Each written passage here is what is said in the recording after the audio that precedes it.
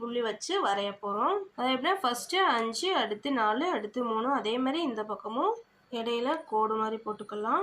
அப்படியே ஸ்லேவ் வரைகிறது தான். நல்லா தெளிவாகவே வரையலாம். நான் சும்மா இப்போ ஃபஸ்ட் டைம் வரைஞ்சி காட்டுறக்க வேண்டியதான். இதே அப்புறம் வந்து நல்லாவே வரைஞ்சி காட்டுறேன். அப்படியே சுற்றி ரவுண்ட் ஷேப்க்கு வரைஞ்சிட்டு இடையில ஒரு பூ மாதிரி வரைஞ்சோன்னா கொஞ்சம் நல்லாயிருக்கும். அதுக்காக வேண்டிதான் சும்மா குட்டி பூவாகவே வரைவோம். இது கலர் கொடுத்தோம் அப்படின்னா சூப்பராக இருக்கும். சுற்றி இப்படி வந்து இந்த அளவுக்கு வந்து நம்ம கலர் கொடுக்கணும். அதுக்காக நான் வந்து சைடில் போட்டு காட்டுறேன்.